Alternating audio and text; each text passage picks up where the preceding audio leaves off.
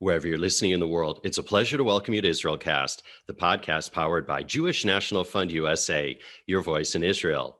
I'm Stephen Shalowitz, first reminding you that for 120 years, Jewish National Fund USA has been the premier philanthropic movement for the land and people of Israel.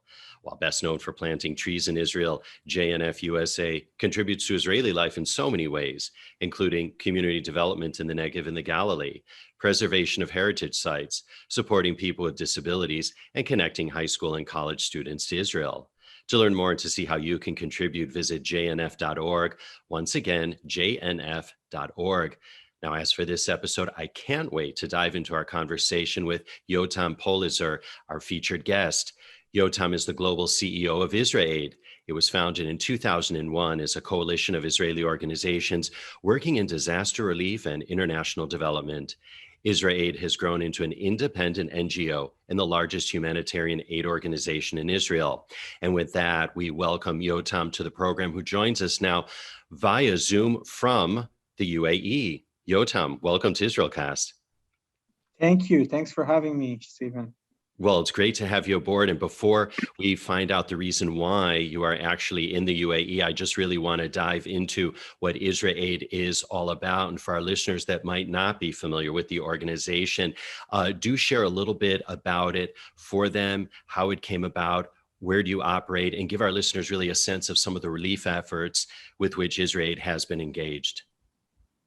Sure. So IsraAID was established exactly 20 years ago in 2001. By a group of activists who were involved in different humanitarian aid projects around the world. And the idea behind, the vision behind IsraAID is to be kind of the main organization that represent the civil society of Israel. And for the first 10 years of our operation, I would say it was pretty small. It was only volunteer-based. We did respond to a lot of disasters like the tsunami in Southeast Asia in 2004. But I think the first game changer was after the 2010 earthquake in Haiti, where together with the IDF field hospital, we sent our search and rescue team. And we were there in less than 2 days. We actually arrived before the Americans did. And we realized that it's very important to be first on the ground and to provide immediate relief and save lives. But it's even more important to stay and do a lot of long-term resilience and community development work. Because unfortunately, what happens in these disaster areas is that, right after the disaster, the media is there. Everyone is sending donations and supplies and volunteers and you name it. But after a week or two, 90% of this is gone. And the local population is left traumatized and abandoned by the international community. So we realized that for us at IsraAID, it's not enough just to be first on the ground, which is very important to save lives. It's also very important to stay when everyone leaves. So we actually ended up staying in Haiti for 8 years. I joined the organization in 2011, right after the tsunami in Japan, which was also a major operation that lasted for 7 years. We've been involved with the Syrian refugee crisis, with the Ebola outbreak, with COVID response around the world. Currently, we've been really experiencing tremendous growth, which is not only a good thing, right? It's because we're definitely not running out of business.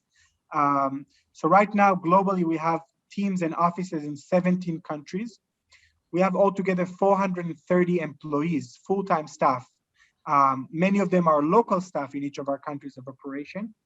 Our headquarters in Tel Aviv. We have about 42 people there overseeing this global response. We are working, as I said, both in immediate relief and long-term development. And we have 4 main sectors, 4 main areas of expertise: medical support, water technology, water and sanitation, psychological support, trauma counseling, which is a big part of our work and our added value, because we're one of the few organizations that actually focuses on that. And the 4th is education. Education, we're mainly dealing with both early childhood development and also operating in places where schools are just destroyed. So operating what we call child-friendly spaces. So these are the 4 areas of expertise. And IsraAID, you may ask, what is the connection between IsraAID and Israel? So we definitely see ourselves as sort of the social wing of the startup nation, the social humanitarian wing. So our goal is to take Israeli expertise, Israeli technology, models developed in Israel, and bring it to the world's most vulnerable communities. So obviously it's not for profit, it's not political, there's no hidden agenda here. We're only trying to impact communities and help them build back better. And our ultimate goal, our theory of change is not just to bring people to the stage of their life before the disaster. What we're seeing and what we're experiencing is what we call post-traumatic growth, is how a disaster could be an opportunity to build back better, both on the individual level, community level, and national level. Yeah, and we should underscore you're not part of the Israeli government. You are a true NGO. Correct. We are a true NGO. We're not government entities. Some people are confused because they know USAID in the US, which is a government agency. IsraAID is an NGO. It's non-political. It's non-governmental. We're not funded by the government. We do partner sometimes with the Ministry of Foreign Affairs and with the Israeli embassies around the world in our countries of operation. So we're definitely not against this government or that government, but we're completely seeing ourselves as representatives of the civil society. Yeah, and when I went on your website, I learned that you have long-term programs talking about that, which you just touched on, in countries like the Bahamas, Colombia, Dominica, Germany, which we'll talk about in a sec, Greece, Guatemala, Kenya, Mozambique, South Sudan, Uganda, Vanuatu. So really, it's a global outreach. It's really a global footprint that you have, and that you implemented programs just last year in 2020, emergency responses, China, Italy, Israel, your home country, Mexico, the US, like California, New Jersey, and even in Puerto Rico. So your footprint is actually quite astonishing, Yotam. Thank you. Yeah, I mean, we definitely see our role not only in what we call the global south. It's definitely our main focus because we believe that this is where the most vulnerable communities around the world are. But we worked in Japan, as I mentioned, after the tsunami. We worked in Germany following the refugee crisis, and even in the US, not only in Puerto Rico, also in places like Houston, California after the wildfires. Wherever we can bring our added value and impact, we're happy to be there. And we always partner with the local community. So wherever we have good partnerships on the ground who are interested in the type of expertise we're bringing, we'll be there. Yotam, when I first heard you speak, I was actually quite blown away by something that you said, and you touched on it just a moment ago, that it's not post-traumatic stress disorder, it's post-traumatic growth. And that's a whole paradigm shift in terms of how we should be thinking about the outcomes of these disasters. Now, I'm wondering if you can elaborate a little bit on that. 100%. So, a lot of people ask me, and my team members, we've seen so much suffering, so much devastation. I personally led our operation in Japan after the tsunami, where 20,000 people lost their lives, or in Nepal after the 2015 earthquake, where 10,000 people, and we really seen, humanity and people at the worst situation a person could think of, really. Just to give another example of really the worst atrocity is the Yazidi refugees who were sexually enslaved and tortured by ISIS that we worked with. So we really seen people at the worst time. But what we're seeing, especially working long-term with these communities, is that there's a possibility for people not only to go back on their feet, but to actually build back better. And we've seen it on the individual level. I'll give you an example. Nadia Morad, who is a Yazidi survivor, she was sexually enslaved and tortured by 9 different jihadists from ISIS. Really went through the worst of the worst atrocities a person could think of. She was able to escape and made it to Germany, where she became a refugee. And that's when we met her.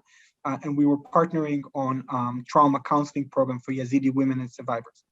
She became the ambassador for the Yazidi people, and spoke a lot about her experience and about the need for long-term support for the Yazidis. And in 2019, she won the Nobel Peace Prize.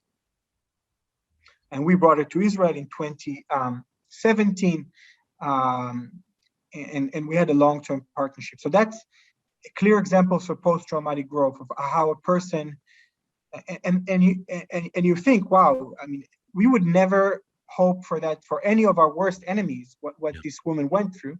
But once these people are going through these experiences, we have to understand that it's also an opportunity to build back better and to help them become, and in a way to use this terrible crisis and tragedy as an opportunity. This is on the individual level. We've seen it on the community level. For example, in Japan, following the tsunami, there's a community that was completely devastated. Few hundred of its members lost their lives, and the tsunami and the project that we did with them, again focusing on mental health support and building community resilience, they told us countless times that the type of bonding and the type of connection they created through this project is something they didn't have before the tsunami. So it really helps rebuild the community and strengthen the community, which is something they didn't have after the tsunami. And then on the national level, I think the best example you can think about post-traumatic growth is the state of Israel, is how we as the Jewish people went through the worst trauma, the worst collective trauma of the Holocaust, and were able to rebuild our homeland and our peoplehood, if you will. So this it's not a new concept, the concept of post-traumatic growth, but it's something that we at IsraAID focus on, and it really helps us wake up in the morning and have the type of energy and positive spirit. And when people tell us that, how do you protect themselves? I tell them, yes, we all receive different levels of emotional support because we all need it. But really what helps me wake up in the morning and do what I do is seeing so many examples of post-traumatic growth on the individual, community, and national level, and understanding that people have the potential, communities have the potential to build back better. Yotam, it's the phoenix rising from the ashes, isn't it? Exactly. That's exactly what it is. Right. Well, can you talk about some of the logistics? I think it's actually fascinating how you get to a place, how you set up shop. Are you asked to go help with a crisis? What criteria do you use to even go? And what are the action steps that really make it all happen? I mean, like from the moment that you presumably get a call, Yotam. So it's really a case by case. Every case is different.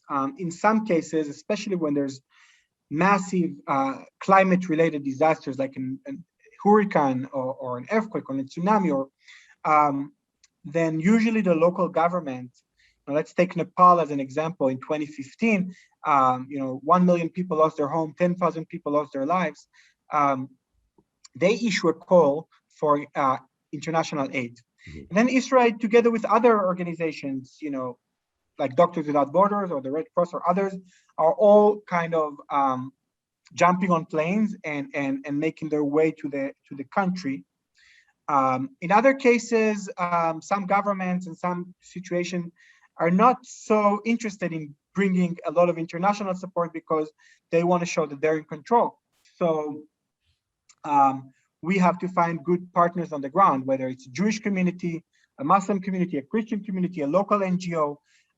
But for us, it's always about partnerships.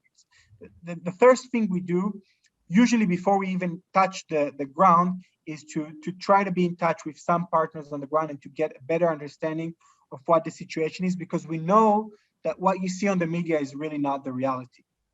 What we usually see on the media, and it's not about criticizing the media, it's just how it works, is that you see on CNN or BBC that there was a disaster in Point X, and you see a very specific place, you see a specific town, a specific community that was devastated.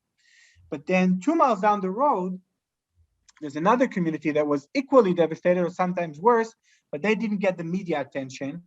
So these are the communities that we'll try to go to as IsraAID, because we know they're not served. We know they're not in the focus of the media, and we know that we are able to build strong partnerships. So when we send our team on the ground, it's usually a small team. It's usually 5 to 10 people max. It usually includes different type of specialists or experts, based on our 4 areas of expertise. So I mentioned medical, psychological, water, and education. And they will conduct what we call a rapid assessment. So they'll try to understand what are the gaps, what other organizations are doing, who we can partner with. And while doing that, they won't wait and just, do their research. They will already start engaging in emergency relief, whether it's distribution of relief supplies, medical support, providing people with access to clean water, etc. And I would say that this rapid assessment is usually the first 2 weeks or so. And then we'll probably identify a local partner. Again, as I said, it could be a local school, a local church, or it could be the local government. It's really a case by case.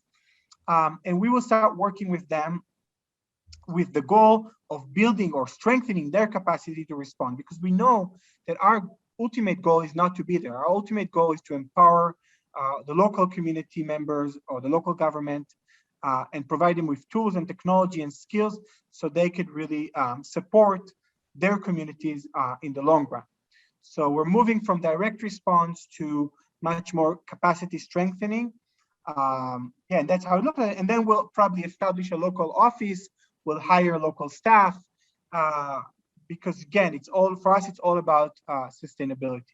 What's the response from locals on the ground when they find out you're from Israel? I would say it's 99% positive. Very positive. Like a lot of people are surprised. I have a lot of stories. When I went to Sierra Leone during the Ebola, West Africa, I met the first lady of the country, and she was so shocked. She said, "Wow, you came all the way from Israel." She was really positively shocked. She didn't expect an Israeli team to make it there. And she told me that when Sierra Leone will be Ebola free, the first country she will visit will be Israel. And she actually followed her promise and came with her husband, the president, for her first official visit. But also, from people like the Syrian refugees in Greece, they really didn't expect to see Israelis. And we always joke that they probably think they took the wrong boat. They probably think they made it to Tel Aviv or God knows where. But they were even more surprised because many of our team members in Greece were actually Arab citizens of Israel who speaks Arabic, and they're part of the Israeli team. So it was very, very interesting. But I have to say, even with the Syrians and people who are considered our enemies, we never got any negative reaction. People were shocked, people were surprised, but people were very happy in most cases. In fact, I remember one Syrian guy told me, "My worst enemy became my biggest supporter." Can you tell the backstory behind that? Sure. I mean, the story was that in December 2015, which was at the peak of the refugee crisis, it was about 7,000 people coming every day. It's a tiny island, and they were coming on these tiny boats. Each boat can carry maybe up to 30 people, but I've seen 153 people on one boat. Children from the age of 3 months old to to old elderly. I think the oldest person I've seen was 94 years old. What makes a 94 years old woman go on this crazy journey and risking her life? And it was freezing because it was December, and a lot of people didn't know how to swim. They were getting these life vests from the Turkish smugglers, and many of these life vests were not properly made or fake. So these boats were overcrowded. People didn't know how to swim. Fake life vests. More than 3,000 people died in this part between Turkey and Greece. It's only 4.1 miles, by the way. So it was really devastating. But one day in December 2015, we got a call. We had a WhatsApp group of all the volunteers who were on the beach. We got a call that there's a boat that capsized just before it reached the shore. So again, thank God it wasn't that far, and we were pretty close. So we were able to pull everyone out. And I was carrying this very cute, very sweet Syrian girl. I think she's probably 4 or 5 years old. Was carrying her and was freezing really, and she was shivering and shaking my hands. And I'm not a doctor, but I could see that she was suffering from hypothermia, I think. So I handed her over to our medical team who was there, and they treated her and they stabilized her, and she was okay. Her body temperature went up, and she was fine. She survived. Her father, he was there. He actually was able to swim, so he was able to pull himself out. He didn't need our support, but he kept on staring at us while we were treating his daughter. It was clear that it was the first time he's seen an Israeli person in his life, and when he finally opened his mouth, surprisingly, he spoke fluent English. I found out he was an engineer from Damascus. And one of the first things he told me was this sentence. He said, "My worst enemy became my biggest supporter, and the people who are supposed to protect me back home in Syria are chasing me away." And I think to me it was mind blowing, because again, it wasn't so dramatic. It just spit it out, right? But to me it was mind blowing because I think it was the first time that I realized that through this crisis, we have an opportunity to not only save lives, but to build bridges and to change people's perspective, which is, by the way, I think another aspect of post-traumatic growth from a different perspective, right? How this terrible, terrible tragedy that, by the way, is still ongoing. Nobody talks about it, but the situation in Syria is still very bad. The Assad regime is still killing people on a daily basis, but this terrible tragedy turned out to be an incredible opportunity for us to connect with our neighbors and to build bridges that we wouldn't be able to without this crisis. Indeed. And then how do you decompress, Yotam, personally? And how do your team members decompress after an event like that or continuous events like that? So my favorite is food therapy. I'm a big foodie. I love cooking, but I love eating more than I love cooking. And I love, if you ask me why I'm doing this work, yes, it's a lot about the impact and the service part of it, but there's also like a selfish me behind it, which is I'm very interested in people and cultures and traveling, and I've traveled to 62 countries, and I speak random languages like Nepalese or Japanese, and I'm just really interested in people.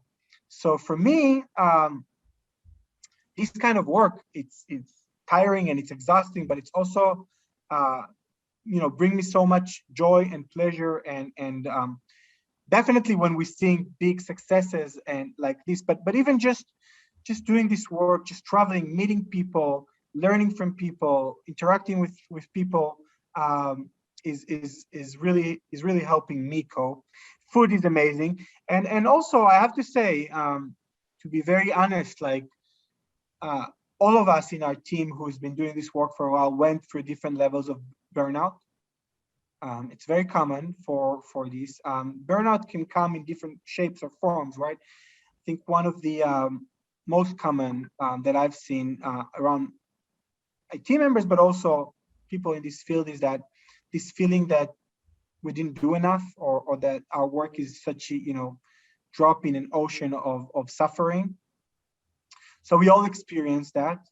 I can say that more than with the climate-related disaster, we experience it in the refugee crisis, because the difference is that the refugee crisis is usually an ongoing trauma, right? As opposed to a disaster like a hurricane, where there is a terrible crisis, but then you start building back and you see the future, you see hope. And some of the refugee crises, it's hard to see hope, especially when you look at the bigger picture. I want to get to your story in a second and to just one or two other points. But before we do, can you just share real briefly when you decide to pack up and leave a particular site? So it really, again, it differs for different reasons. But I would say that in general, in the best case scenario, the process is, as I said, we start with immediate relief. Then we move to building partnerships and doing long-term capacity strengthening.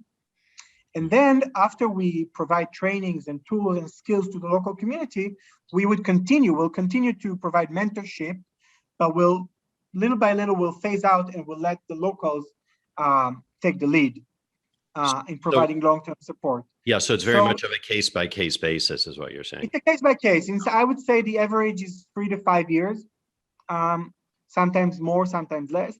And there are countries, again, Haiti is just one example where there's enough work for the next 100 years. So you also have to, at some point, leave. Haiti is interesting because we were there for 8 years. We finally said, okay, we'll move on. And now we just came back a month ago because of the recent earthquake.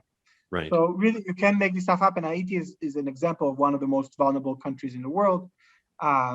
They suffer from anything you can think of. So it's really a case by case. Also, I mean, again, funding is a factor. And sometimes we're running out of funds for specific projects, so we can't continue. And I have to say, it's hard to, it's much easier to get donors' attention when things are in the news, but when they're not in the news, it's much harder. Right. Which is a mixed blessing, isn't it? Because on the one hand, you don't have to deal with disasters, right? That there aren't disasters, which are really, just horrific incidents to have to deal with. Now, you helped establish IsraAID Germany to help Yazidi and Syrian refugees. How is that shaping up? And, what was the impetus for that program in particular? Because, with all due respect, why should Israel then care about those communities in Germany, of all places?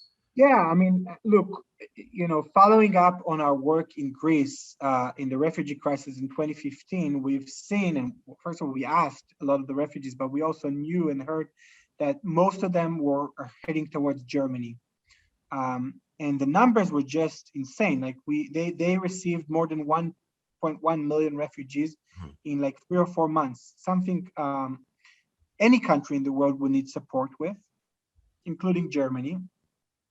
So I first went to Germany. It's also an interesting family story because I traveled to all these countries in the world, but as a grandson of Holocaust survivor, I wasn't really allowed to go to Germany, and I had to get my grandfather. At that point, he passed away since, but he was still alive. He was 92 years old, and he didn't want me to go to Germany. But when I told him that I'm going to help refugees in Germany, he couldn't grab it, right? He couldn't understand that this is, but when I showed him the pictures, he understood that people were really going to Germany, and he gave me his blessing. But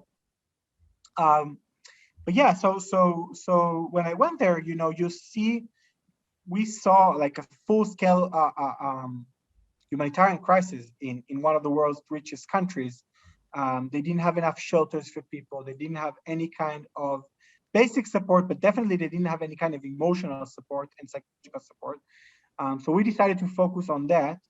And the German government was very, very supportive with both funding. So they really decided to adopt us, and they fully fund the project. I didn't need to really bring outside funding. The Germans funded it and continue to fund it.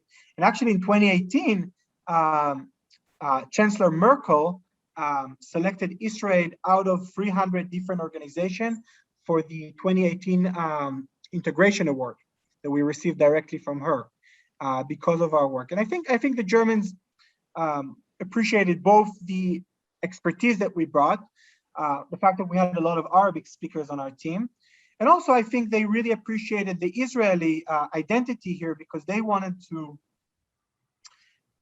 They really appreciated the opportunity to build bridges between Muslims and Jews, between Israelis and Syrians and Germans. So I think it's a very unique project, but it's again another example of how we believe that in the long run this program will be managed by the local entity, by our local entity, which is now mostly staffed with Germans and also a lot of refugees. We actually have in Germany, we have Iranian staff who work for IsraAID. We have Syrian staff who work for IsraAID.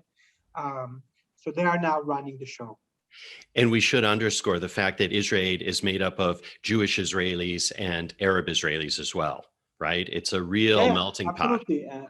And yeah, exactly. We have a lot of Arab Israelis on our team, especially following the Syrian refugee crisis. Both their professional skills, their cultural understanding, and the language proved to be an incredible asset.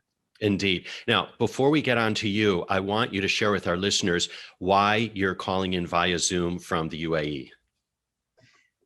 All right, so I'm here in the UAE for the first time. I have not been here, since the Abraham Accords. I was, of course, sharing the excitement around it, but I didn't have yet, until now, a good reason to go. I wanted to, of course, but the reason I'm here right now is because last week, exactly a week ago. As we record this, by the way.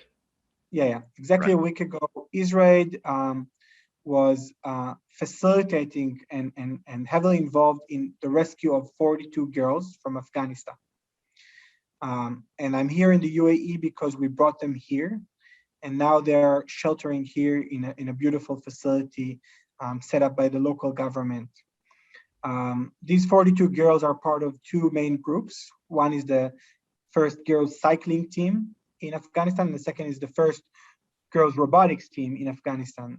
Part of the robotics members were already out to Qatar and Mexico, but there are a few members there who are still in Kabul, and we were able to pull them out. We also have a famous Afghan singer on this group, and so it's a very powerful story. So it was really a joint effort of a lot of different people, but IsraAID was definitely taking a leading role. Kol hakavod. You know, when I hear about that, when I hear about the other work that you're doing and the team is doing, it really projects Jewish values and the notion of the Jewish people being a light unto nations. And I'm sure you wouldn't disagree with that, Yotam. I want to talk a little bit about you and your journey, because you're very much of a citizen of the world. You know, I'm a Mandarin speaker, and we like to say 四海为家, which means you take the whole world as your home. And you really do, because you studied Africa, you studied international affairs, you worked at the Israeli embassy in Nepal. I'd love to know how you ended up there. As you said, you speak Nepalese, you can speak Japanese. I'm wondering what other languages you can speak. So my first question to you is, do you have a message in Nepalese that you would like to share with our Nepalese speaking listeners? Of course, my message will be, Ukus mukus bayo. And that means? Which means I have a terrible stomachache. I'm hoping you don't right now. No, it's actually in Nepalese, it's one of the most dramatic. Again, I didn't think my Nepalese will be useful, but it proved to be really useful after the 2015 earthquake, where we were able to find the last survivor of the earthquake, who was a woman who was trapped under the rubble for 6 days without food or water. So I was able to communicate with her in Nepalese, and we heard her voice from the bottom, whispering the word dukcha. Dukcha translates to "it hurts, I'm in pain." So this unbelievable woman was really the last survivor of the earthquake.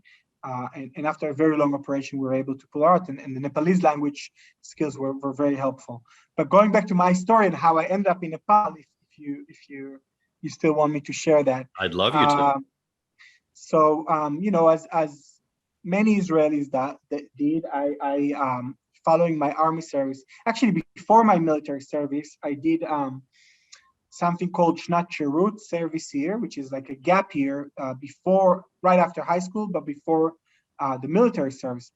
And by the way, this is just, it's a side comment, but I don't think enough people know that in Israel, every year, there's about 10,000 high school graduates who says, well, 3 years in the army is not enough. We want to do an extra year. And they take another year, and they're doing social service for this year, and then they join the army. So I did it, all my brothers and sister did it, and many of my best friends. And I did it in boarding school for kids who come from, tough background like domestic violence and others. Many of these kids were from actually Ethiopian Jews. And for me, working with them was I was 18. Working with them was so inspiring and fascinating. And I really realized that my passion is not just for service. My passion is to work with actually people from other cultures, from other backgrounds, because I can learn so much. So I called what I do, I came up with the term active anthropology or anthropological activism, which is, so it's always, for me, I gain so much from this work, and I learn so much about people and cultures and languages and history and politics and you name it. So that was my active anthropological course. And then in the army, actually, I was in the Nahal unit. So half of the time I was a combatant, but half of the time I also did social work. And my work in the army was with the Bedouin communities in the Negev, which is also a whole different interesting lesson. I did a lot of education work with them as part of my IDF service. And then after my IDF service, I followed the Hummus Trail all the way to India. And it's called the Hummus Trail because the locals started to create hummus for the Israeli crowd. There's so many Israelis. Hummus is terrible, but we still eat it because we miss home. And I was 6 months in India, traveling around, loved every moment of it. And then went to Nepal to do a trek with a friend who was just released from an elite unit in the army. And we did a 21 days trek in 9 days. And the reason I'm telling you this is because as soon as I got off the mountain to Kathmandu, I saw this kind of a poster, like a advertisement, inviting backpackers to volunteer with street children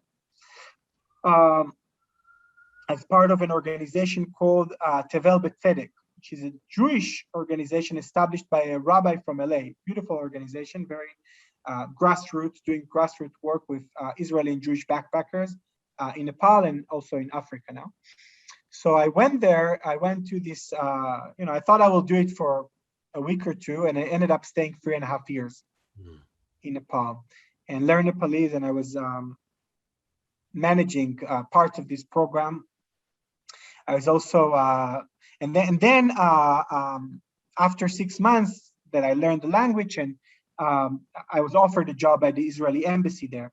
And my job at the embassy, part-time job, was to help Israelis who are stuck in treks and help rescue them. And more interestingly, even, I was trying to help Nepali migrant workers who are doing a caregiver's job in Israel. Unfortunately, this field is very corrupted, and this woman, 90% women, needed a lot of support. So that's what I was doing there for 3.5 years. And after 3.5 years in Nepal, I was finally ready to start my life. I started studying at that time at the Israeli Open University online, but I wanted to continue my studies and I wanted to go back to Israel and start my life. And I made it to Israel at the beginning of 2011. And then literally 2 weeks after I was in Israel in March 2011, the tsunami in Japan happened. And then the person who was running IsraAID at that time, he offered me, he knew me from before, and he offered me to lead a relief mission to Japan. And I said, okay, why not? I always loved sushi. And so I jumped on a plane, again, with the intention of staying 2 weeks. But I ended up staying more than 3 years in Japan, a little bit more than 3 years. So you speak Japanese clearly. I speak Japanese, and the work there was really focused on mental health support, again, because that's something that they really didn't have in that part of Japan. It's kind of a very moving story, because we started working in the beginning. The Japanese didn't really know what to do with us, and they didn't, everywhere we went, they told us "daijoubu desu." "Daijoubu desu" in Japanese means we're fine, we're good. And actually we thought, okay, well, maybe they don't need our support. But then we came to a kindergarten where 8 children died during the tsunami, 8 children and 1 teacher. And the Japanese government was very efficient. They immediately built a new kindergarten. It actually looked better than the old one. But what they didn't have is any kind of emotional support for the kids, for the parents, and for the teachers. And so we did a very simple art therapy activity that, I was with a trauma therapist who was doing this with kids in Sderot for many years. And we took this big piece of paper and we divided it into 4 parts. And every part we gave a different title. The first title was Tsunami. The second title was Home, Hope, and Happiness. And we just gave the children crayons and we told them to let it out, to draw whatever they want. And when the kids just saw the word tsunami, they immediately grabbed these dark colors and they completely erased the word. As if kind of just seeing that kind of triggered a trauma. And in the part where it says home, they drew their homes washed away by the tsunami. The kids who survived actually saw this 120-foot wave of tsunami washing away their homes. So when we saw these kids, we thought, it was a natural reaction for an abnormal situation. But when the Japanese teachers saw it, they were shocked, because they said it's the first time that the kids actually expressed themselves regarding their trauma. And that's when they asked to learn from the Israeli expertise. And we started our program in Japan, that from this one kindergarten expanded to 10 different cities all over Fukushima area. And I stayed there for 3 years. And then after 3 years in Japan, our program actually continued and ran by local Japanese, but I moved to Sierra Leone during the Ebola outbreak, which was, terrifying. And it's always good to, we're still struggling with COVID around the world, but it's always good to put things in perspective, because when I went to Sierra Leone, the survival rate was 50%. I remember the first 3 days, I was afraid to leave my hotel. And every night I used to wake up full of sweat, which is one of the symptoms of the virus. And I was 100% sure that I had Ebola and that I'm going to die right there. But then I checked my temperature and I saw that, well, I'm still okay. It's just me being terrified. But it was interesting. We also did a lot of work there with Ebola survivors and helping them with mental health support. One of the main challenges there was unsafe burials in the Muslim community. So, we and another organization too, we try to help help the local imams, the local Muslim leaders, to come up with a solution that would be religiously accepted for the burials. And actually not just because of us, because many other organizations, that was, once we were able to find a solution that really helped stop the spread of the virus way before there was a vaccine. The vaccine came about 3 years later. Right. So we, in a way, it stayed in Africa. It didn't spread across the world. Right. And then just to finish my story was after about 9 months in Sierra Leone, in April 2015, the earthquake in Nepal happened, and Nepal again was like a second home to me. So then I went there in less than 36 hours, and we had this rescue operation of finding the last survivor. And then after a few months that I was in Nepal and then passed it to our local team, I moved to Lesbos, Greece, to work with the Syrian refugees, and then to Germany. And then in the end of 2016, and then to Palo Alto, actually, of all places, because we had the opportunity to open our first US office. So I did that for a few months, and then our former CEO didn't continue, and the board basically offered me and my colleague Voni, who was actually working with me in Nepal and throughout these years, to co-lead the organization from the beginning of 2017. And then at the end of 2019, Voni went on to continue his studies, and I became the global CEO. So that's in a nutshell. This is part one of our conversation with you, Yotam, because there's still so much more ground to cover. But as we really wind down our conversation right now, because I know you're a bit pressed for time, I do want to talk about this notion of Zionism, because I heard you on Jewish National Fund's first panel on reclaiming the narrative on Zionism. I want you to talk about how IsraAID's work really dovetails into what Zionism is all about. And I'd also particularly, Yotam, like to hear what's your definition of Zionism and what is your personal mission vis-a-vis Zionism? So I'll talk both about myself and about the organization. So first of all, for me, it's mostly about Zionism is mostly about responsibility. And I feel that today more than ever, me personally, Israel and the Jewish people have so much to share with the world, and especially with the most vulnerable communities around the world. Whether it's technology, know-how, financial support, I mean, you name it, innovation. So so for me, that's the motivation. That's what Zionism is all about. And also, I don't think that, for me personally, it's not all about a specific geographic location. I'm very familiar with the, in Hebrew it says, "Aniyei hakodmim," the poor people of your city comes first. I agree with that, but I think our city is the world right now. We're so, we're so influenced, and we're impacting everything that happens, from climate to the refugee crisis to migration to economic phenomena. So that's why I see this responsibility as something very global, and to support the world's most vulnerable communities, because everything affects everything. And if we don't take responsibility, and if we don't take the leadership, then others will, and maybe not in a positive way. So, so for me, it's all about our global community, and I'm happy to work for an organization called IsraAID, because for me, it's really the sense of responsibility. It's the vision. It's a vision that this country and its people have to, I'm trying not to use big terms like light unto the nation. I'm not, because I think it's not accepted, and I totally understand where it's coming from. For me, it's not that we're better than others. We're not better than others, but we have more responsibility than others, and we have so much that we gained throughout the years through our struggle for survival, a struggle for independence, a struggle to thrive.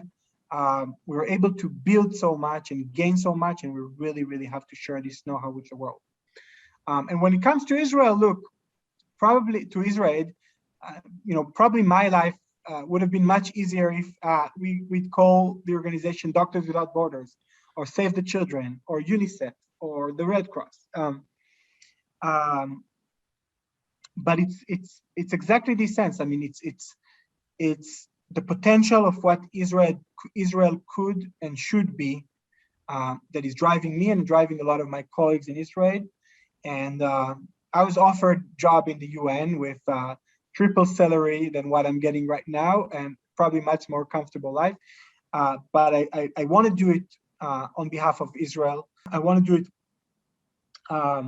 because I see how this work can not only, again, save lives, but can also build bridges. So it is a big motivation factor for me, and I think for a lot of my colleagues. All right, Yotam Polizer, we're going to leave it right there. We want to thank you so much for joining us here on IsraelCast. As I said, this is going to be part one of, I know, a multi-part conversation with you, because we'd love to have you back to share more about the wonderful work that you and the team at IsraAID are doing. And indeed, we'll have info about Yotam and IsraAID on the show notes page of our website, jnf.org/IsraelCast. And before we move on with housekeeping, I'd like to remind you once again that Jewish National Fund USA believes the time has indeed come for us to reclaim the narrative, take ownership of the word Zionism, and show the world how beautiful and inclusive and inspirational Zionism really is. So do join Jewish National Fund USA's Conversations on Zionism, Reclaiming the Narrative.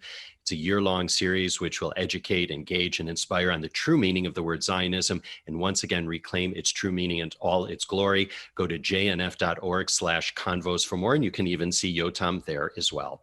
And of course, we do release new episodes of IsraelCast every other Wednesday. And just so you never miss an episode, subscribe to us wherever you get your podcast. Just search for IsraelCast. Don't forget to rate and review us to make it easier for more folks around the world to find us. Or you can always enjoy the show by visiting us at our website. Once again, it's jnf.org/IsraelCast. Now, it takes a whole moshav to put IsraelCast together. For that, we thank Vivian Grossman, Dara Shapiro, and Olivia Schendel. Our editors are Jay Rothman and James Casada from Miratone Studios in the very heart of New York City. And the music that you hear at the top until the program is titled My Eden. It's by the very talented Rafi Malkiel from his album Water on the Tzaddik label. Now, IsraelCast is indeed powered by Jewish National Fund USA. your voice in Israel. For more information about JNF USA, visit jnf.org. And if you'd like to write to us with story ideas or just to say howdy, we would all love to hear from you. So do email us at IsraelCast@jnf.org. Meantime, I'm Stephen Shalowitz. Thanking you for tuning in and looking forward to having you join us on future episodes of IsraelCast.